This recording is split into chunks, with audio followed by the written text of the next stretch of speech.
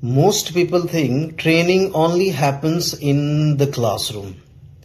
But the truth is, your environment is training you every single day. Look around you. Every voice you hear, every attitude you see, and every habit you observe is quietly shaping your mindset. If you stay around negative people, you start thinking negative. If you stay around lazy people, your energy drops. And if you stay around people who complain, you start complaining too. But the opposite side is also true. If you spend time with disciplined people, you become disciplined. Spend time with calm people, you become peaceful.